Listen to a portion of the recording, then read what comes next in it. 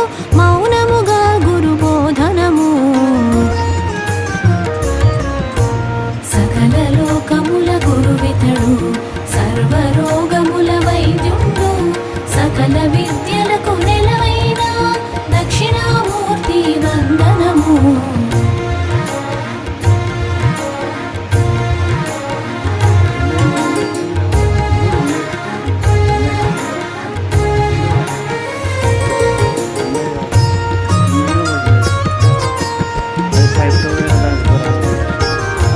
మౌన వ్యాఖ్యాన పటిమలతో ప్రకటిత బ్రహ్మస్వరూపముతో ప్రసన్న వదనం బ్రహ్మనిష్టతో చిన్ముద్రాంచిత హస్తముతో